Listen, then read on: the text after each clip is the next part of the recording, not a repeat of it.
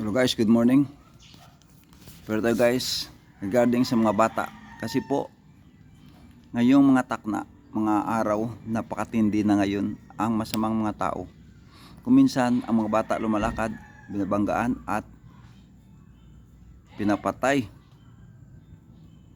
So tayo, kahit paano dito sa atin vlog video, RDL24 vlog, ay helping to all children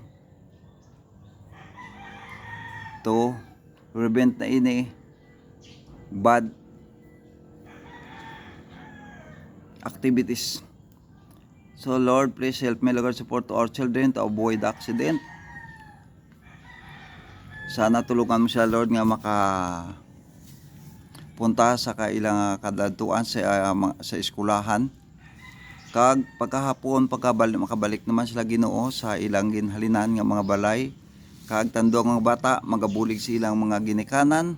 Kag atubangon ginila ang ila pagtuon, kag tuturon ginila pagtuon, likaw sila sa mga bata nga hindi amo, kahit sa mga eskulahan i-protectionist la Ginoo sa tanan-tanan nila nga inaobra dira sa eskulahan. Kagaay ko sugubakod sila sa ilang nga pag-eskwela sa adlaw-adlaw nga tanan.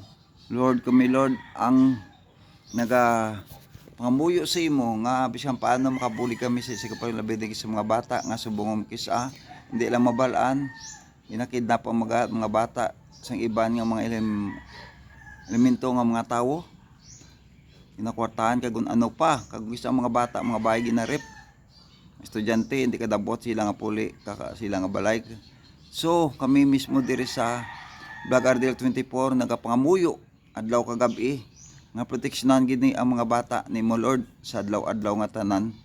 Lord, kabay nga ikaw pagin matag sang kusog kabakod sang pag-eskwela nila, kag makuha nila ang gitawag ginaalam sa pila ka adlaw, kag magatutom sila sa pagtuon ini tanan Lord nga mga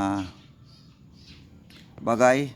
Kabay nga imo pakamayuhon kag proteksyonan man ang tanan mga bata, labi ang mga bata naman proteksyonan magdan sa talagman sa aksidente sa adlaw-adlaw nga tanan, kag magatutom ang bata sa pagtuon, kag ilikaw sa mga tao nga hindi mga bata mga hindi amo dira sa eskulahan, kag sa mga dalan proteksyon sila samtang during the time nga nag-arriving sila, nag-onboard sila sa masakyan, ipalayo sila sa talagman sa aksidente, kag makaabot sila liwat sa ilang nga balay pagkahapon. Kung aga Ginoo, gaan mo lang sa maayong lawas nga naga sulod sa eskulahan, kag safe and sound ang pagsulod nila sa eskulahan, kag ang eskulahan nila Ginoo proteksyon sa talagman sa aksidente, kag sa mga sunog. Ini tanang Ginoo ginapangayo gilang namon sa ngalan ni Jesus, in Jesus name, amen.